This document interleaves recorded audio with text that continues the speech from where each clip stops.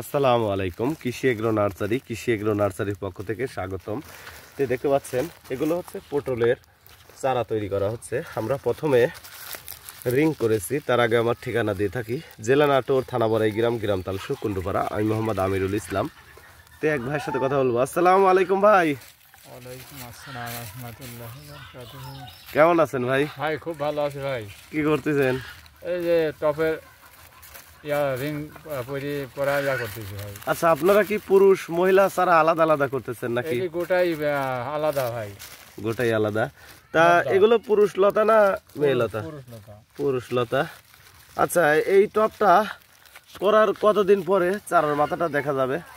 এখন শীতকালীন ভাই একটু জ্বালা বেশি লাগবে না, 15-16 দিন লাগবে।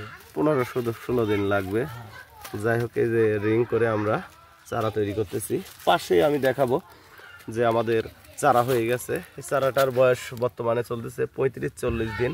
দেখেন কি সুন্দর সতেজ চারা। দেখাবো আমাদের এই সাইডে কৃষি এগ্রো নার্সারিতে যে চারাগুলি।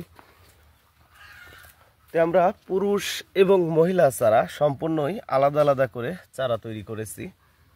আর আমরা পার পিস 10 টাকা মূল্যে সেল দিচ্ছি বাংলাদেশের প্রতিটি জেলায় সুন্দরবন কুরিয়ার সার্ভিসের মাধ্যমে। তো আপনারা পটল চাষ করতে আগ্রহী থাকলে উঁচু জমিতে পটল চাষ করবেন, নিচু জমিতে কখনো পটল চাষ করবেন না, তাহলে লস খাওয়ার সংখ্যা থাকবে, কারণ এটা দীর্ঘমেয়াদী ফসল।